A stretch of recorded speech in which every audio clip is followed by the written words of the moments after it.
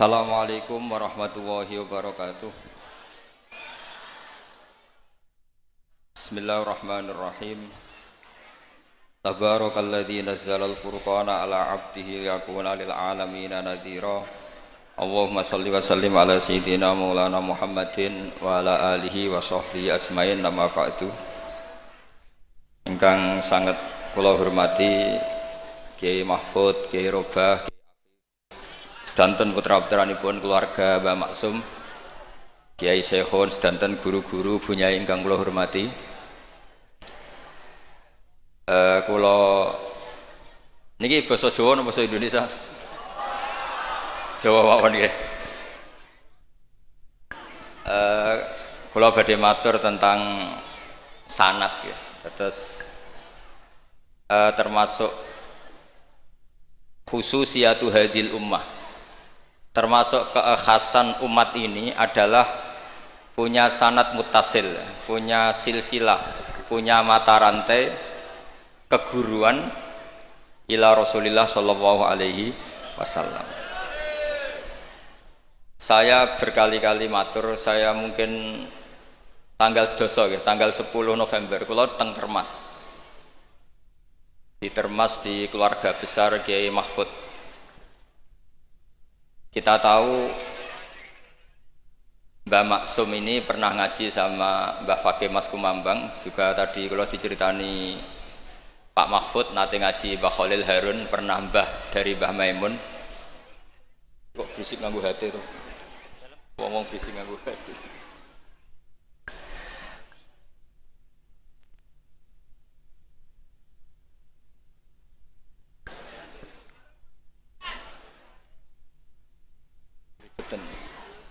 Kalau terusakan ya, dados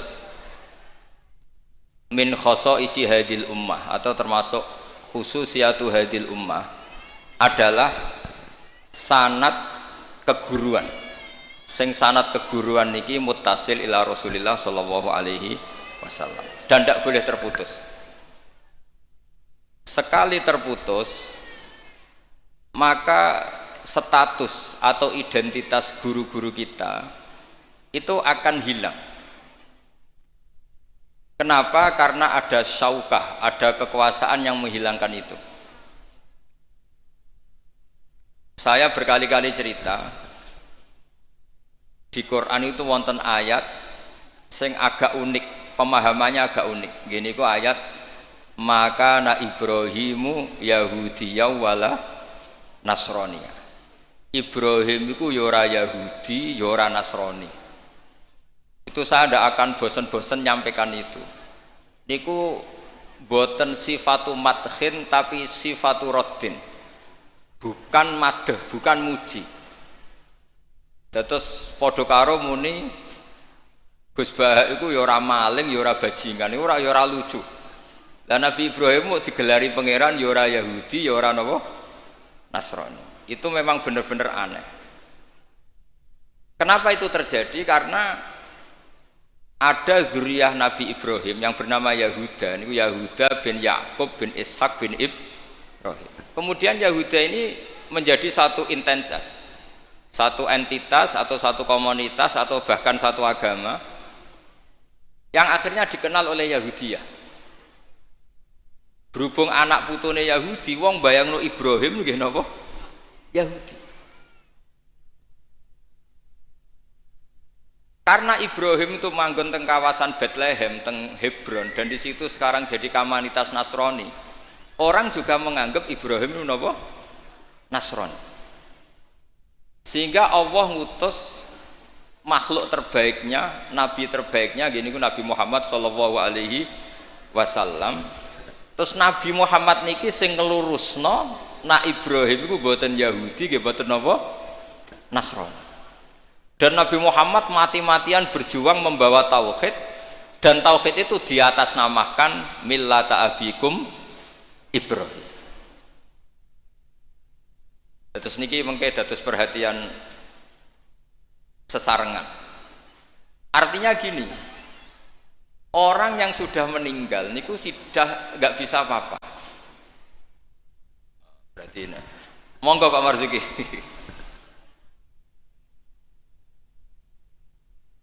Monggo monggo Pak Marzuki Mustamar monggo monggo. Iki Jawa Timur.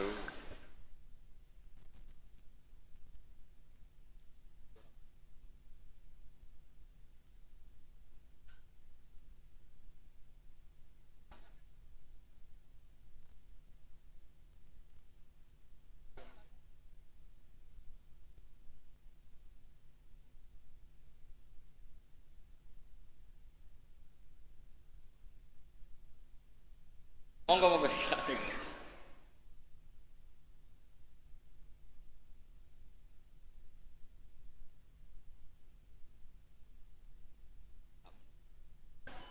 Pun kula terusaken nggih.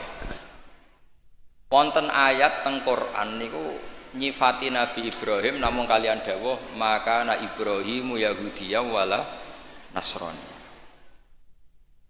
Terus Ibrahim niku gadah zuriyah namine Yahuda niku Yahuda bin Yakub bin Ishak bin Ibrahim. Akhirnya ketika Yahudiyah ini jadi satu entitas niku saged agama, saged marga, saged nama kerajaan. Iku orang mengira Ibrahim itu Yahudi karena entitas setelah Yahuda itu mengidentitaskan Ibrahim atau menstatuskan sebagai apa? Yahudi. Nasrani juga sama karena kebetulan agama Nasrani lahir di Yerusalem, di kawasan Hebron, di Bethlehem, kemudian orang menstatuskan Ibrahim itu ya Nasrani. Karena mayit ini orang yang sudah tidak berkutik. Sehingga kalau dzurriyyahnya mayit ini menjadi pilihan tertentu, memilih pilihan tertentu, maka akan menstatuskan mbah-mbahnya. Sehingga saya berkali-kali bilang sebetulnya adat di Jawa itu salah. Anak numpang keramat mbae. Keramat gandul itu salah. Sebetulnya kalau dalam tradisi leluhur Arab itu dibalik. Kama tasyarrafa bi Muhammadin adnanu. Jadi status mbah-mbah kamu itu ikut status kamu. Jadi orang nggak peduli dengan kilap Abdul Samsin Manaf andai kan tidak ada orang bernama Muhammad Shallallahu Alaihi Wasallam. Orang nggak akan peduli dengan Wali Songo andai kan tidak punya murid-murid nasab maupun murid-murid sabab kados para ulama yang mengajarkan Fathul Wahab, Ikhya. Andai kan kita kemudian beda haluan, nganggep kuburan itu tempat syirik, tempat khurafat bid'ah, maka kita tidak menstatuskan kuburan wali itu tempat berkah tapi tempat bid'ah dan syirik. Nah status itu tuh terserah kita, bukan terserah yang meninggal. Itu filosofi dari maka na Ibrahimu Yahudiyya wala Nasrani. Andai kan tidak ada Nabi Muhammad Shallallahu Alaihi Wasallam, maka kestatusan Nabi Ibrahim akan dibelokkan menjadi berstatus Yahudi maupun Nasrani. Maka kalau mau matur min khoso isi hadil ummah adalah as-sanadul muttasil ila Rasulillah Shallallahu Alaihi Wasallam. Sebab hanya dengan sanad itu kita bisa menjaga status guru kita, gurunya guru kita, gurunya guru kita ila Rasulillah Shallallahu Alaihi Wasallam. Saya termasuk orang yang fanatik sanad. Saya muridnya Mbah Mun. Mbah Mun diantara gurunya tentu Mbah Karim Lirboyo. Beliau ngaji sama Mbah Hashim ngaji sama Syekhona Khalil ke Syekh Nawawi Banten. Atau Mbah Mun ngaji Mbah Karim, Mbah Hashim ngaji Syekh Mahfud Termas di Mekah, kemudian ngaji Said Abi Bakar Sato Sohibul I'anah. Saya dari gen saya piyambak, gak ada bapak kandung, hafal Quran, ngaji sama buyut saya dari ibu. Dan itu sampai buyut saya namanya Hafsah, itu binti Soleh, binti Maksum dulu, binti Maksum bin Soleh. Soleh buyut saya itu gurunya Mbah Soleh Darat ketika beliau masih di Kudus, ngaji di Damaran. Pondok tertua di Kudus itu buyut-buyut saya di Damaran belakang makom. Jadi buyut saya kandung namanya Hafsah, punya anak namanya Sofia itu yang sampai saya, punya adik Badiah jadi ibunya Ki Sahal. Terus Hafsah itu punya saudara, punya pernah bulik namanya Nyai Fadilah, itu digarwa Kiai Akil Sirat yang jadi Pak Said Akil dan seterusnya. Saya cerita begini ini penting karena supaya kebenaran itu dzurriyatam ba'duha min ba'd. Sekali dzurriyah ini melenceng itu tidak harus ekstrim menjadi kafir menjadi muslim atau muslim menjadi kafir, tidak harus itu. Misalnya dari Sunni menjadi Wahabi atau Sunni menjadi Syiah, atau Sunni seneng ngaji menjadi Sunni tidak seneng ngaji, itu juga sudah parah. Atau kiai yang dulu kagum anaknya bisa baca Ihya, kemudian kiainya kagum kalau anaknya punya Alfat, itu juga melenceng sama. Dari kiai yang bangga anaknya tawakal menjadi bangga kalau anaknya pakai melenceng. Jadi melenceng itu macam-macam, tidak harus ekstrim. Tapi efek dari melenceng itu adalah menstatuskan orang sing hanifah muslimah, yaitu Nabi Ibrahim, menjadi Yahudian atau Nasronian. Jadi kira-kira kalau ada muridnya Mbah Mun kok kedonyan, sebetulnya mental kapitalistiknya itu dia mungkin nyifati Mbah Mun bahasa hal itu enak kayak gede, tamune akeh, duwe akeh, mesti seperti itu. Tapi kalau saya atau yang sejenis saya enak duwe kiai Mbah Mun, saya pernah khatam Wahab dengan Mbah Mun, khatam Mahali sama Mbah Mun, Jamul Jamek sama Mbah Mun, nak moco enak, nak nerangno enak. Sampai kata ada kiai Madura itu nak moco kitab rapati iso. Tak tanya, teman saya, yang kiai ini teman saya, bukan semua kiai Madura yang teman saya. Kenapa kamu tidak bisa baca kitab? Yang kitab enak dibaca milik Mbah Mun, yang milik saya tidak enak katanya. Sehingga dia punya cita-cita mau beli kitabnya Mbah Mun. Jadi dia tidak menyalahkan otaknya, tapi menyalahkan kitabnya. Setelah saya alim, saya sering baca kitab, katanya dia, kitab jenengan tak beli 10 juta Gus, asal saya bisa baca kayak jenengan katanya. Khawatir saya masalah sanad itu, saya ulang lagi masalah sanad. Saya punya kitab banyak karangannya Mbah Hasyim Asy'ari, karena saya punya tulisan banyak tentang Mbah Hasyim. Mungkin bahkan yang belum didokumen oleh keluarganya, karena Mbah Hasyim dulu teman akrab buyut saya, namanya Raden Fauzan. Fauzan itu bin Maksum. Itu ketika kitab dulu itu silih-silihan, karena dulu beli kitab itu mahal. Dulu buyut saya itu buyut saya dari ibu itu dibelikan kitab, buyut saya dari bapak itu belikan ithaf, itu sampai jual sapi, saking mahalnya kitab. Sehingga saya masih ingat Mbah Sahal itu kalau belajar di Geladak saya, itu tafsir Bedawi itu ada tulisannya Mbah Mukhid, ada tulisannya Ki Zubaidi, terakhir dipakai Kiai Sahal Mahfud. Jadi satu kitab dipakai sekian generasi, saking susahnya kitab. Terus dulu orang belajar itu ya serius, qara'tu ala syekh. Jadi dulu itu murid baca di depan kiai, kemudian dibenarkan atau disalahkan.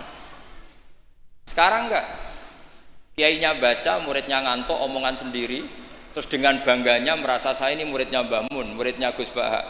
Itu innalillahi wa inna ilaihi raji'un. Ini enggak benar seperti itu, karena dia sebetulnya tidak mustakil.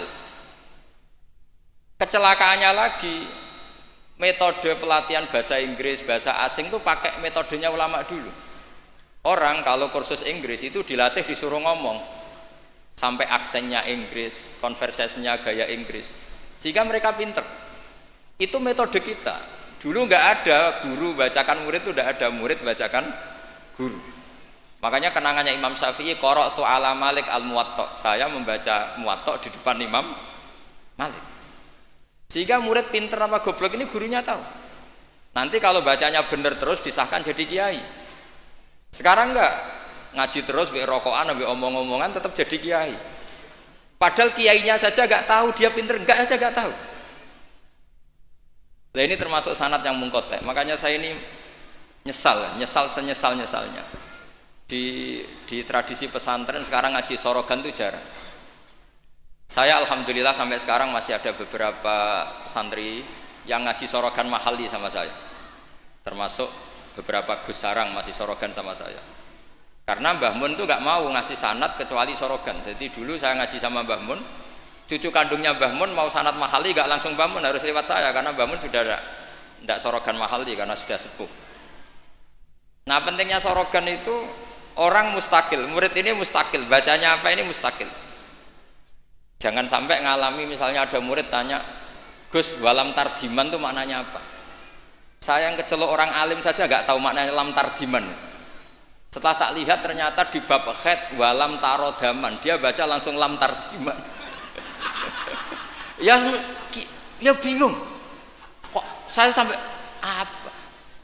Madatul kalimah dari apa, mustaknya apa, soroknya. Akhirnya saya coba kitabnya tak lihat, ternyata walam taro daman. Dia bacanya langsung lam tardiman. Itu banyak sekali. Nah makanya saya mohon lah di dukun ini orang-orang yang alim atau ustadz alim itu harus tetap ada tradisi ngaji sorogan, terutama bagi khiyaru ahli, orang-orang pilihan. Dulu sahabat ngaji Rasulullah Quran itu ya sahabat yang baca. Dulu saya ngaji Quran, setor Quran min awali hatta akhiri, ya saya yang baca. Beberapa kali saya baca kitab di depan Mbah Mun, di depan Gus-Gus, di depan kiai-kiai saya. Jika kiai dulu itu tahu ini sudah alim, ini belum, ini setengah alim, ini setengah waras, ini tidak waras, itu tahu. Karena kelihatan sekali, tingkat naifnya itu kelihatan sekali. Misalnya ada anak baca misalnya begini, An Abdillahi bin Amrin. Itu gurunya pasti tahu. Locong kok Amrin ada wawunya, berarti bener. Misalnya An Abdillahi bin Umaro, itu gurunya langsung tahu. Nah sekarang itu enggak, murid itu hanya mendengarkan, sehingga kadang-kadang ada orang itu baca Ibnu Ubay bin Ka'ab, itu dibaca Ibnu Abi, anaknya bapak ini cenrak kuwe cung. Jadi ini kecelakaan seperti ini enggak boleh terjadi. Ada lagi murid yang tanya gini, ini setengah pinter tapi ya setengah goblok. Saya pernah sorogan fikih ditanya, tidak boleh nikahi zaujatul ab. Saya ulang lagi ya, wala tangkihu manakaha abaukum minan nisa illa ma qad salaf. Tidak boleh menikahi istrinya bapak. Itu orang Jawa langsung protes, Gus, bojone bapak rak ibuku. Itu setengah pinter setengah goblok. Setengah pinter karena di Jawa rata-rata orang itu istrinya satu, artinya kalau bojone bapak ya mesti ibunya dia. Tapi kalau dibaca di Arab, wong Arab itu kan bojone papat sing telu gonta-ganti, sehingga bapaknya ini kadang pernah nikah sampai 10 orang. Paham ya? Orang Arab, mungkin orang Jawa Timur ya rodok Arab, banyak kiai yang istrinya ada satu kan. Nah sebetulnya orang Jawa Timur yang paling tidak iskal, karena saya ulang lagi ya, sehingga dia tanya, Gus, bojone bapak ora ibu, mosok wong kok dilarang kawin bojone bapak? Ya mesti wae ra bakal wong bojone bapak iku ibu. Dia protes, kenapa harus dilarang wong karuan ndak mungkin terjadi. Tak terangno. Kalau orang Arab kan mungkin, yaitu bojone bapak satu ibu kamu, dua Sri, terus Wahyuni atau siapa. Ini orang yang pernah dinikahi bapak kamu itu haram kamu nikah. Nah berhubung dia orang Jawa, bojone bapak itu mesti ibu, karena ibu istrinya satu. Nah itu setengah pinter setengah goblok. Setengah pinternya bisa bantah, agak cerdas lah, bisa usul itu. Setengah gobloknya itu sebetulnya ketika dengan ibunya itu bahasa Arabnya bukan zaujatul ab tapi ummuka. Kamu tidak boleh menikahi ummuka. Jadi bukan dimasukkan zaujatu abika. Jadi kalau dalam bahasa fikih itu status yang dipakai status terdekat. Jadi misalnya saya menghukumi ibu saya ya ummi, itu ibu saya. Tapi ketika istrinya bapak yang lain harus distatuskan zaujatu abika. Itu tidak bisa, kalau orang nggak sorogan itu tidak bisa. Nah, kalau orang-orang NU, orang-orang pesantren saja sudah ada alim, apalagi yang di luar kita. Karena tadi sanad ini sudah mulai mungkota, ini sudah agak kecelakaan betul. Dulu Imam Malik tuh ngaji di depan Imam Malik ngaji di depan Imam Zuhri, ya sorogan. Imam Syafi'i ngaji di depan Imam Malik, baca muwatta khatam benar semua. Terus qad ana laka antuftiya, ana itu sudah saatnya kamu iftah, karena baca min awali hatta akhiri benar semua. Masih ngaji sama Sufyan bin Uyainah, masih ngaji sama Sufyan As-Sauri, terakhir beliau ngaji sama Muhammad bin Hasan As-Syaibani di Irak. Itu semuanya yang baca Imam Syafi'i, sak logikanya. Terakhir dites begini Imam Syafi'i, sama sih, saya termasuk sering baca kitab Risalatus Syafi'i. Saya sering baca kitab sering baca kitab Risalatus Syafi'i. Itu dites begini. Kata Sufyan As-Tsauri, ya Aba Abdillah, kalau manggil Syafi'i itu Aba Abdillah, ma makna hadisi la tuharrikut tayra min makinnatiha. Gurunya yang satu tidak baca makinnatiha tapi min wakanatiha. Jangan gerakkan burung dari sangkarnya. Kalau sampai yang gede itu mesti jawab ini, kurang penggawean apa ngobrak-ngobrak manuk kan gitu. Tapi Imam Syafi'i dengan fasihnya menerangkan orang Arab itu kalau mau pergi itu tatoyur itu pakai ukuran terbangnya burung. Nak digusah terbang ke kanan ila aimana berarti alamat baik. Kalau berterbang as'ama atau aisaro berarti buruk. Nah, itu kalau ada burung di hutan terus digusah. Kalau nggak ada burung di hutan, dia memang nyimpan burung diletakkan di kurungan, tapi kurungannya dibuka terus diubrak. Nak terbangnya nganan baik, kalau ke kiri buruk. Makanya disebut di Quran innama ta'irukum ma'akum inna tatoyarna bikum, karena yang dipakai ukuran itu to'ir itu sesuatu yang terbang. Itu Imam Syafi'i langsung paham. Adatul Arab kalau mau pergi itu melihat terbangnya burung. Sehingga makna hadis la tuharrikut tayra min makinnatiha, jangan mentaklekkan barokah tidaknya pergi berdasar terbangnya burung, tapi berdasar pergi kamu itu fito atillah atau fima siatillah. Nangis gurunya, padahal pas itu Imam Syafi'i umur 15 tahun. Wong kok pinter ngono. Makanya terus sampai dipuji-puji. Saya punya keyakinan kalau nanti fata min Quraisyin yamla utibaqal ardi ilman tuh kamu. Padahal teksnya hadis hanya gitu, jangan gerakkan burung dari sangkar. Itu dulu mungkin orang alim sampai seperti itu mungkin. Karena ngajinya sorokan, mustakil. Saya beberapa kali dites Mbah Mun, hak cara kowe naib Indonesia itu fasik ta ora? Ora dijawab fasik ya rodok fasik untuk mel-melan terus. Nak dijawab fasik padha karo ngukumi nek kae wong sak Indonesia agak sah mergo waline napa? Fasik. Nah, kula pengalaman karena kula sering ngaji sama Mbah Mun pengalaman. Jenengan rak kepengin nek kae wong sak Indonesia sah. Iya aku kepengin sah. Nak ngoten tak hukumi mboten fasik. Itu Mbah Mun sewenengnya saya sampai diambung itu ya bilang gitu. Cara wong Arab nak seneng diambung bombonan. Kowe ku muridku tenan kata. Karena itu memang jebakan. Jadi ya sudah seperti itu. Itu mungkin kalau ngaji sorogan. Tapi nak ngaji kilatan ya mau nyenggaki sholawat tok. Misalnya sholale. Oh semata ana wong tenan. Amit tenan. Loh kenapa? Sholawatnya baik, tapi Jibril juga gak paham. Sholale itu kan kalimat apa kan juga jelas. Coba diterkib. Nabi Muhammad sholli alaih. Sholli itu malah perintah. Berarti kiaimu sholli alaih. Berarti Pak Yai, kue semua sholawat kan gitu. Itu kalimat yang salah.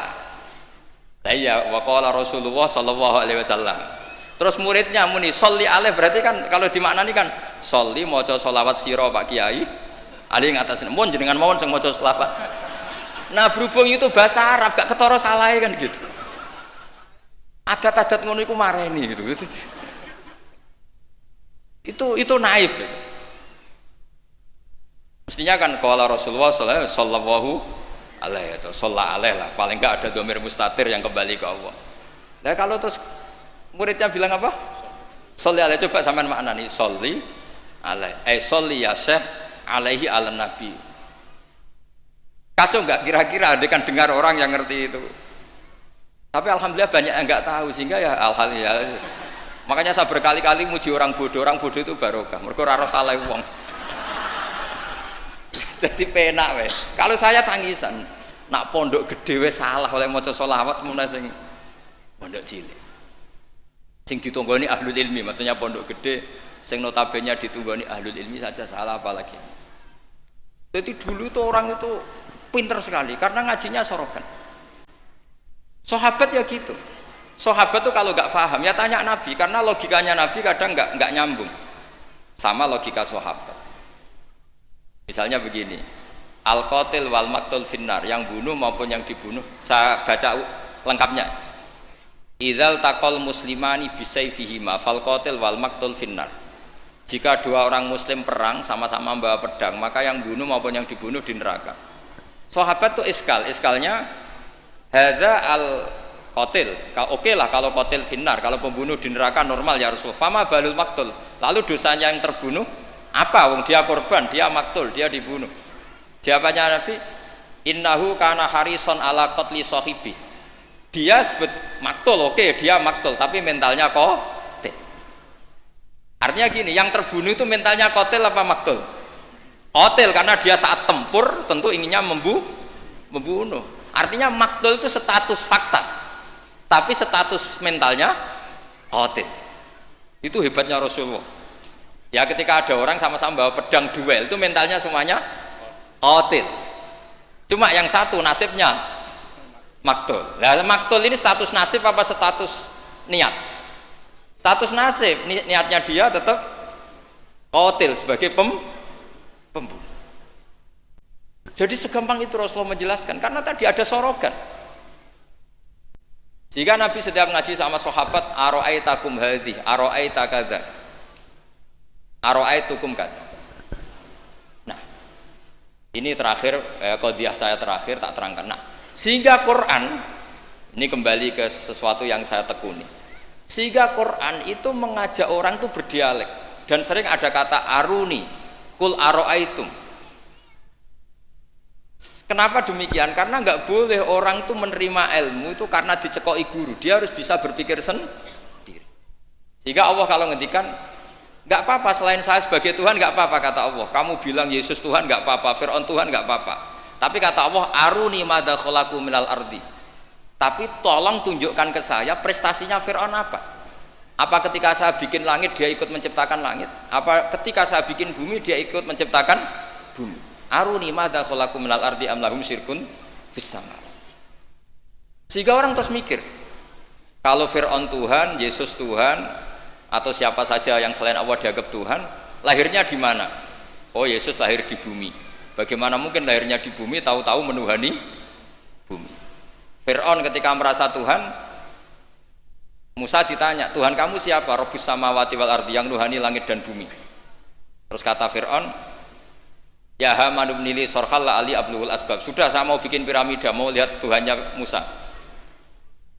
Terus soal di bumi kata Fir'aun, ma'alim tulakum min ilahin wiri, saya jalan-jalan kemana-mana, setahu saya yang dituhankan saya, kata Fir'aun.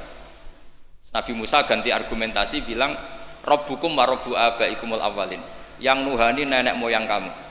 Itu semua hadirin langsung sadar, iki nak Fir'aun pangeran, buyute radi pangeran, kan pangerannya datang terlambat. Kan Fir'aun punya bin. Wong Fir'aun itu nama gelar kayak Hamengkubuwono. Fir'aun 1, Fir'aun 2, Fir'aun 3, Fir'aun kan gitu. Makanya zaman Nabi Yusuf itu rajanya juga namanya sudah Fir'aun, zaman Nabi Musa juga Fir'aun, karena itu gelar. Artinya begini, kalau Fir'aun itu Tuhan, berarti mbah-mbahnya tanpa Tuhan, karena Tuhannya datang terlambat. Itu dilatih. Sehingga Quran itu sering ngendikan aruni, aro'aitum, aro'ait, itu diulang-ulang. Nah, ngaji sorogan itu pentingnya ya seperti itu. Santri akan tahu, ini bacanya yajibu apa yajubu. Kalau di hadis al-Islam ya jubbu ma qablah, mergo maknane yaktok. Jadi ketika ada seorang sahabat lama sekali kafir dulu, ketika Islam dia ngeluh, ya Rasulullah setelah saya Islam apa dosa saya zaman jahiliyah diampuni. Terus Nabi ngendikan al-Islamu ya jubbu ma qablah. Itu bacanya bukan ya jibu tapi apa? Ya jubbu yaktok. Nah kalau pas ini kamu baca ya jibu kan, al-Islamu te Islamu ya jibu, pusing kamu. Itu kalau nggak sorokan nggak bisa. Jadi saya mohonlah sanad ini nggak boleh hilang, karena yang punya khazanah kealiman tuh kita itu maksudnya pesantren. Kalau kita saja tidak alim, apalagi di luaran kita. Ini bukan urusan suudzon atau menstigmasi, enggak. Yang menyediakan itu kita, di luar kita malah pakai terjemah, pakai paling KHI lah, kompilasi hukum Islam, yang masih pakai teks Ikhya Fathul Wahab itu kita. Karena Fathul Wahab Ikhya dikerdusi nganti sawangan, kiai ini dewe maca terjemahan Ngaji ini nganggo laptop amen ngincang-ngincang perkara ndelok terjemah. Sinalillah wa inna ilaihi raji'un. Itu bukan apa-apa sebenarnya, orang ndak alim itu ndak apa-apa, ndak dosa. Tapi kan masalahnya sing ra alim ta yo gayane kok wong alim. Itu semani masalah kan itu. Kon ngaku bodoh kan yo ora gelem kan. Dulu itu ndak seperti itu. Sehingga Nabi Ismail misalnya, Nabi Ibrahim itu nabi. Nabi itu diperintah Allah mesti benarnya. Inni arafil manami anni atsbahuka. Saya bermimpi, mimpi anbiya adalah wahyu, bahwa saya disuruh nyembelih kamu. Apa kata Nabi Ibrahim? Fangdur madza tara. Lalu menurut pendapat kamu gimana? Karena mulai dulu enggak, jadi tradisi di kampus dua arah, mahasiswa disuruh mikir, disuruh cerdas. Itu dulu kita sebelum ada kampus itu para nabi sudah punya tradisi murid itu mustaqil bil fikr. Murid bisa mikir sendiri. Fangdur madza tara. Menurut pendapat kamu gimana Ismail? Supaya apa? Kalau Ismail betul-betul nanti disembelih, itu dia tidak hanya nurut Nabi Ibrahim tapi memahami, sehingga dapat ganjaran dua kali, nurut bapak ya nurut pangeran, atau nurut pangeran ya nurut bapak. Fangdur madza tara qala ya abatif almatu. Jadi tidak mentang-mentang Ismail aku dikongkon pangeran nyembelih kowe, ayo nang tak sembelih, kau oleh bantah nurut. Tidak ada seperti itu. Itu lagi-lagi yang ada itu di ngaji Sorogan. Nah, kemudian saya sekarang cerita masalah Sorogan. Saya beberapa kali punya kenangan Mbah Mun, karangan terakhir beliau Al-Ulama Al-Mujaddidun. Tiap ketemu mesti disuruh baca itu. Sampai saya pas haji sama beliau ya baca itu di Tujami Bari Rasulillah. Ketika saya di Sarang tiap Syawal ya baca itu. Sampai kitab itu untuk murid-muridnya identik dengan saya karena saya sering, bahkan di kitab saya paling banyak oret-oretan tulisan tangannya Mbah Mun karena beliau tahu kalau saya menekuni kitab itu, jika beliau senang sekali. Termasuk begini pertanyaan saya, menurut Imam Syafi'i zakat zuhur itu kan hanya yang muqtad, kayak makanan pokok lah, kira-kira kayak padi kalau di Indonesia. Tapi Mbah Mun dulu itu sering guyon gini, petani ku sakake jare wis macul terus gegere kaya akik wajib zakat. Petani cengkeh kakao sugih-sugih ora wajib zakat mergo sing ditandur mboten apa muqtad atau tidak kut. Oke ngono iku terus piye kaya gak adil. Bangun tuh hanya guyon-guyon gitu, mulai guyon petani kaya gegere kaya akik kaya apa gitu. Terus suatu ketika tanya saya, cara kowe wajib gak? Ya nak jenengan muni wajib, kula muni wajib, nak mboten nggih mboten, wong kula murid temen. Terus jare Bamun, ora iso kowe kudu melok nak muni wajib ya kowe dhewe aja ngelok-ngelokno aku. Dulu saya iskal saya itu niki kok gak tanggung jawab atas saya gitu. Dan di kitab itu ditutup dengan kalimat fa'ala man huwal qudwah li hadhil ummah ay yuftiya bima huwal aslah lihadil ummah. Jadi orang menjadi panutan umat harus berfatwa sesuai al-aslah lihadil ummah. Saya masih tanya lagi, lo al-qudwah lihadil ummah itu jenengan? Iya ya aku, tapi kayak kudu mikir dewe katanya. Terus tak tanya lagi, mahwal aslah lihadil ummah itu wajib napa boten? Kakao cengkeh ini sido wajib zakat napa boten? Yo karek kue. Nah dulu saya iskal sampai malam mau haji itu saya masih ditimbalin, masih diskusi kitab itu. Ini kitab ini tak bawa, kitab Al-Ulama Al-Mujaddidun. Ternyata kesimpulannya apa? Fatwa itu enggak boleh hanya gurunya faham, muridnya tidak faham. Akhirnya saya tanya gini, ya Syekhona, ketika seseorang itu syafi'i dan dia seorang mufassir, hal yataqayyadu bimadhabi imami amlah. Misalnya gini, kan dalilnya Yusuf Qardawi yang ngutip Ibnu Katsir kan semua tanaman wajib zakat, termasuk kakao, cengkeh, apa saja, termasuk khodrowat, fawakih, asmar, simar, semuanya wajib zakat. Dalilnya adalah wa mimma akhrajna lakum minal ard. Ma itu umum, apa saja. Ya pertanyaan saya ke Mbah Mun, apakah seorang mufassir itu terikat madhab imamnya sehingga ma yang umum menjadi hanya yang muqtad? Apa tetap bebas karena ma itu umum? Terus ya beliau mau gejol-gejolkan ya, tapi yang beliau sempat komentar al-fawakih wal khodrowat sekarang aksaru iktisodian secara ekonomi lebih prospek, harusnya wajib zakat. Nah saya kenapa cerita panjang lebar ini supaya jangan sampai pondok-pondok yang belajar Fathul Wahab, belajar Ihya, belajar Fathul Mu'in, kemudian kita dianggap orang yang antisosial. Petani melon kaya, petani tebu kaya, sudah kaya tidak wajib zakat karena yang ditanam tidak kut. Petani pari wis melarat, utangan, hanya karena yang ditanam apa? Kut atau muktad wajib zakat. Lalu kata dunia kan terus piye toh kiai.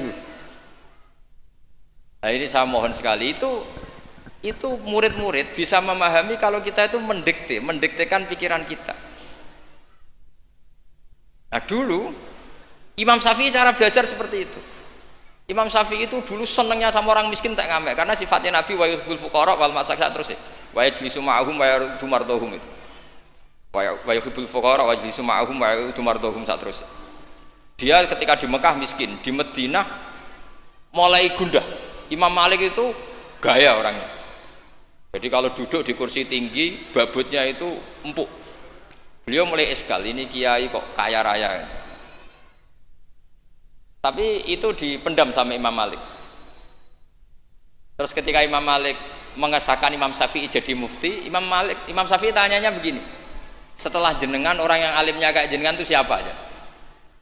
Dari Imam Malik, sakjane Abu Hanifah, tapi orangnya mati, orangnya sudah meninggal. Mungkin beliau juga bilang mati karena selevel. Mungkin kalau kita harus bilang kabudut. Bahasanya memang mata, bukan tufiya. Lalu siapa yang alimnya kayak Abu Hanifah? Muridnya masih hidup, namanya Muhammad bin Hasan. Saya bisa ke sana, boleh dari Imam Malik. Imam Malik itu kaya, uangnya banyak, tapi beliau rumahnya ngontrak. Jadi kiai mulai dulu lebih seneng uang cash daripada apa sawah Tegal karena nggak bisa sedekah. Akhirnya Imam Malik gandeng Imam Syafi'i dijak ke Baki. Dulu Baki itu pasar kafilah, rental lonta gitu. Mana kafilah yang mau ke Irak? Oh saya ya Imam Malik, harus dibayari sama Imam Malik ini antar sampai ke Baghdad, sampai ke Kufah. Sampai ke Baghdad. Dulu namanya Baghdad itu ya Baghdad, Kufah, Basrah, belum ada nama Irak. Terus Imam Syafi'i disangoni uang tuh banyak. Pernah saya hitung tuh sekitar hampir 40 juta. Karena satu dinar kan sama dengan 4,25 gram, ada yang mengatakan 4,20 gram. Nah tak hitung itu sekitar 40 juta. Imam Syafi'i mulai iskal. Kiai melarat sing tak belor atau nyangoni, kiai sugih nyangoni terus. Semulai rubah pikirannya itu. Ternyata kiai sugih itu manfaat gitu loh. Dulu dia pengagum kiai melarat karena zuhud, bebas hisab, jadi hisab apa nih orang dipopo kan gitu terus. Bareng ngaji di Irak, di Baghdad itu, di Kufah. Karena dulu itu satu kawasan. Ini perlu saya sampaikan. Jadi dulu Kufah itu bukan nama kayak sekarang, Baghdad Irak. Jadi saya beri contoh sedikit ya perubahan bahasa. Dulu yang namanya Israel itu kalimatu madkhin. Karena Israel maknanya hamba Allah. Sehingga ada ayat wa anni faddaltukum alal alamin Bani Israel. Sekarang enggak. Israel sekarang itu nama nation, sebuah negara. Di situ ada Zionis, ada turunan Eropa, turunan Amerika yang jahatnya minta ampun sama Palestina. Sehingga Israel yang ini bukan wa anni faddaltukum alal alamin. Jadi itu perubahan bahasa. Dulu yang namanya makruh itu faqal haram. Itu yang disebut Allah walakinna wa habbaba ilaikumul iman wa zayyanahu fi qulubikum wa karraha ilaikumul kufra wal fusuqa wal isyan. Jadi kalau dulu Imam Syafi'i ngendikan akrahu kadza, maknanya ukharrimu kadza asyaddat tahrim. Karena akrahu maknanya itu faqal haram. Tapi sekarang di definisi fikih makruh itu dunal haram, kayak rokok itu namanya makruh. Jadi kalau bahasa dulu kamu maknani sekarang, kafir itu makruh. Kalau bahasa dulu, piye hukumnya kafir? Makruh. Hukumnya syirik? Makruh. Karena maknanya makruh itu dibenci. Tapi tahu-tahu ada istilah modern makruh itu dunal haram, sesuatu di bawah haram namanya apa? Makruh. Itu kamu nggak boleh terjebak bahasa itu. Dulu namanya Kufah itu satu entitas. Sehingga Ibnu Abbas pernah nasihati Sayyid Husain, al-Kufah la tafi, wong Kufah itu ora tau jujur. Karbala juga gitu, dulu satu entitas. Makanya Sayyid Husain ngintikan ini daerah mana? Karbala, ini Karobun wa Balaun. Nah, sekarang terjadi satu nama. Dulu Mesir itu gubernuran dipimpin Sayyidina Umar dari Medina. Mesir itu provinsi, Syria juga apa? provinsi, semuanya provinsi. Sekarang jadi negara. Saya teruskan. Ketika ngaji di Muhammad bin Hasan Asy-Syaibani itu pas beliau di ruang tamu itu ngitung lantaan emas. Jadi emas itu lantaan banyak. Dari satu peti dipindah ke peti lain. Cara sekarang mungkin kiai ngitung dolar. Dolarnya banyak. Jadi kesunatan kiai kalau ngitung uang itu menurut saya di ruang tamu. Kalau ada santrinya. Ben santri ini ra kepikiran nyalami template. Gara-gara kiai ini duwe akeh mbok melarat itu tak kepikiran santri ini nyangoni kan. Itu Muhammad bin Hasan Asy-Syaibani kalau ngitung uang itu di ruang tamu banyak lagi emas lantaan. Imam Syafi'i tambah iskal, ini kiai kok malah Imam Malik wis tak anggap kedunya ini malah parah. Tapi setelah Imam Syafi'i iskal, Imam Muhammad bin Hasan Asy-Syaibani itu ajibta min hadhi, maksudnya min hadhil waqi'ah, kamu kaget dengan peristiwa ini. Iya, kamu kiai kok kaya raya. Terus kata Imam Muhammad bin Hasan Asy-Syaibani, harta ini milik saya, miliknya orang soleh, miliknya orang alim. Nak kowe ra seneng wong alim sugih iki tak kekne wong-wong nakal, ben dienggo nglonte, dienggo demenan, dienggo macam-macam. Ampun, sing sugih tiyang soleh mawon. Semenjak itu Imam Syafi'i terus keterusan. Wong soleh wajib sugih, al Islam ya'lu wala yula alaih. Wong Islam kelar tuku Innova tuku Kairi haram. Keterusan terus. Jadi itu dulu panjang Imam Syafi'i rubah. Masyhur itu di fikih. Orang Islam kuat beli kuda, kok beli khimar haram. Mergo al Islam ya'lu wala yula alaih. Jadi kira-kira kalau sekarang orang Islam kuat beli Innova, kok numpak beli Kairi butut itu haram karena zillah, itu kehinaan. Semenjak itu Imam Syafi'i itu pinter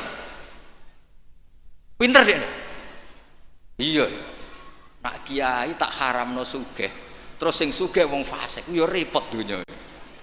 Kiai tak haramno jabat, sing jabat wong fasik, amen perda nglindungi tempat-tempat mak, iku yo terus repot.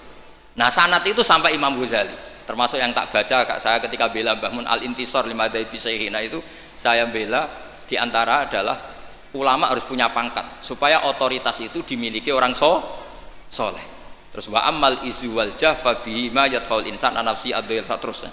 Ada yang baca fabihi, kalau fabiya dhamirnya mufrad.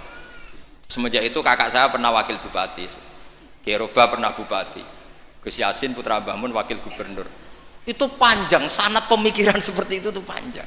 Kalau kiai tidak boleh jabat ya biar yang jabat orang fasik, nanti perdanya menguntungkan ahlul fiqih. Dan seterusnya.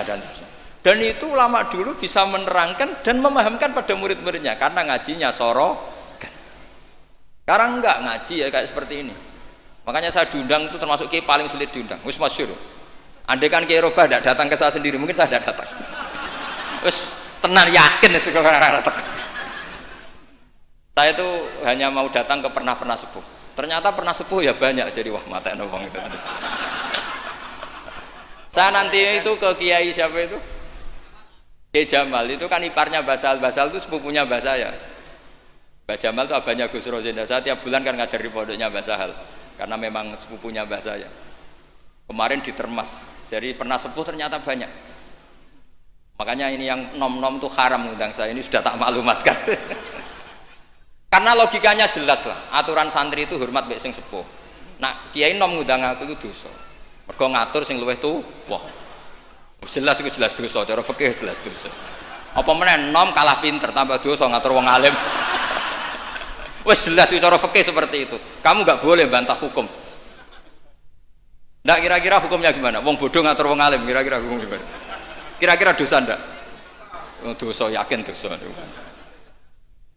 Jadi sanad ilmu itu terjaga sampai seperti itu, ada dialek. Akhirnya Imam Ghazali menulis di kitab tentang syukur, juga di kitab masalah salatin. Jangan kira Nabi setelah jabat, yaitu menguasai Mekah dan Medina, itu pahalanya kalah ketika Nabi yu'dha wa yudrok, ketika Nabi disakiti. Kenapa begitu? Nabi ketika disakiti, diusir di Mekah, ganjarannya Nabi tetap hanya sabar tok. Oke, sabar itu mendapat pahala. Tapi ketika Nabi kuasa, maka ganjarannya Nabi bukan lagi sabar, tapi mengatur Mekah supaya layatu fubil bait uryanun wala kada wa kada. Ka'bah harus steril dari berhala, Ka'bah nggak boleh ada orang telanjang toa. Artinya apa? Dengan Nabi berkuasa bisa menertibkan aturan yang menguntungkan syariat. Artinya apa? Ya sudah seperti itu. Semenjak itu terus Imam Syafi'i, wah nak ngono wong Islam ora oleh kalah. Ya terus keterusan tadi di fatwa-fatwa fikih apa? Syafi'i. Nah semenjak itu terus mungkin Kiai Jabat dulu Mbah Hasyim punya putra Gus Wahid di menteri apa? Agama. Karena menjaga mazhab ahli sunnah apa? Wal jamaah. Kalau menterinya tidak ahli sunnah kita juga repot. Coba misalnya ada pelaturan menteri, ziarah kubur itu bid'ah, dalilnya ini. Terus disosialisasikan ke semua khotib. Pusing zaman kan? Tapi kalau yang jadi menteri kelompok kita sendiri kan ya sudah dianjurkan biar ingat mati. Tapi kalau yang maklar ziarah ya dianjurkan supaya dapat selisih ya macam-macam lah. Kalau niatnya orang semacam-macam lah. Tapi yang jelas itu efek dari kebijakan ini luar biasa. Sehingga semenjak itu Imam Syafi'i ngarang bolehnya orang soleh kaya, bolehnya orang soleh jabat. Jadi itu panjang dialek itu. Dan dialek yang panjang ini muridnya tetap paham karena lewat tadi pemahaman yang benar, sorogan tadi. Yaitu istilahnya Nabi Ibrahim, fangzur madza tar. Nah, ini mulai hilang, makanya saya mengutarakan sesuatu yang mulai hilang. Cobalah dihidup-hidupkan lagi. Untuk anak-anak kiai cobalah tetap sorogan. Saya alhamdulillah dulu menangi sorogan. Sekarang beberapa gus ya masih ada yang sorogan sama saya, sama guru-guru yang lain di beberapa pondok ya masih. Itu harus diteruskan. Karena itu sanad muttasil ila Rasulillah sallallahu alaihi wasallam. Masyhur itu. Ketika Abdullah bin Mas'ud mau ngaji sama Nabi, Iqra alayyal Qur'an kata Rasulullah. Aqra wa alaika unzil. Mosok kula sing maos Nabi kan Quran diturunke ning jenengan. Inni uhibbu an asma'ahu min ghairi. Aku seneng nak sing maca wong liya. So, Abdullah bin Mas'ud mulai baca surat Nisa. Baca sampai ayat fa kaifa idza ji'na min kulli ummatin bisyahidi wa ji'na bika ala haula'i syahida fa idzan ainahu tadrifan. Terus Nabi nangis. Tapi intinya itu ada sanad bahwa murid yang baca. Nggih ngoten mawon. Assalamualaikum warahmatullahi wabarakatuh.